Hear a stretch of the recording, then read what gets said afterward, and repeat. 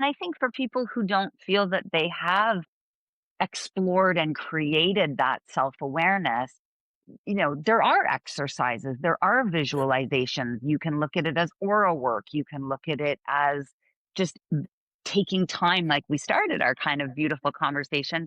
Do I even connect with myself, right? Do I know who I am and where I am and what my needs are? And if I don't, it's going to be really hard to understand my space and my energetic essence. So getting curious and knowing, like, am I actually hungry? Do I need a nap? Those really basic things for some Yeah. people might be the start to embodying in a more fluid way who they are and where their kind of Mm. being, I don't know, moves through earth moment to moment. Yeah, yeah, I very much agree. And I think it also gives us permission to be a little nicer and more understanding with ourselves when we know these tools already, but then we reflect on a day and it's like, oh, I didn't do it. I haven't done it. And then, a lot of times there's coming a moment of like blaming ourselves. Why didn't I do it again? Or whatever might come up that's a little bit harsh on ourselves.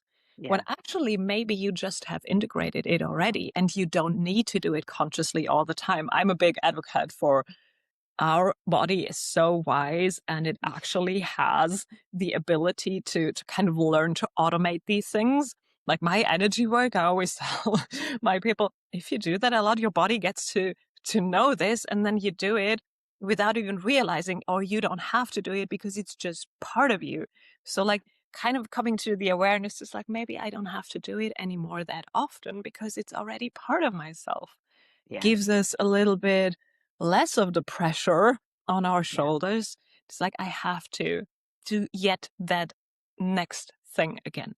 For sure. I mean, and I mean, I am very unproductive in the evening. That's my thing. I get up early, Yeah. I do lots, but I spend a lot of my evening time just letting energy come back in, right? Because Oh, if yeah. I'm not pouring it out, if I'm not attending to my home or my world, if I'm sitting reading or listening to music I love or doing something that just allows me to be, I kind of call it passive filling, right? When you're talking Mm. about like, I don't always have to be Oh, beautiful. working, right? It's like Yeah. I can just exist and let myself recharge. Mhm.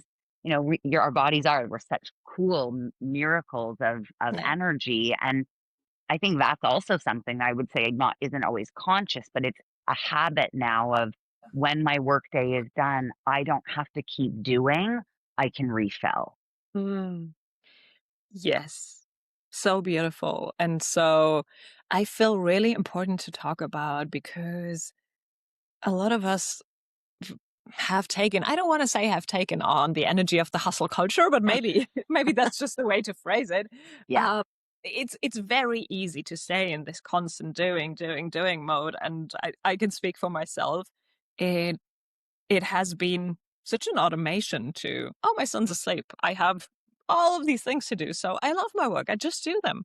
I Yeah. love it, and I actually do, until I realized I do love, and it doesn't take a lot of energy, but also I'm not recharging. Yeah. So there's kind of the input output thing is a nice way to see it. Or like you say, charging a battery.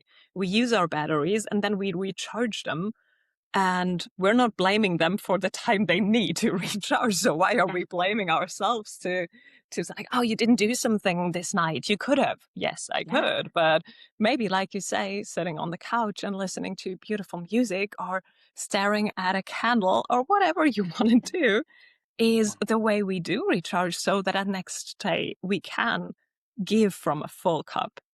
I feel it's Absolutely. it's really necessary to integrate that without the blame that often comes with it from how society operates as of now. For sure.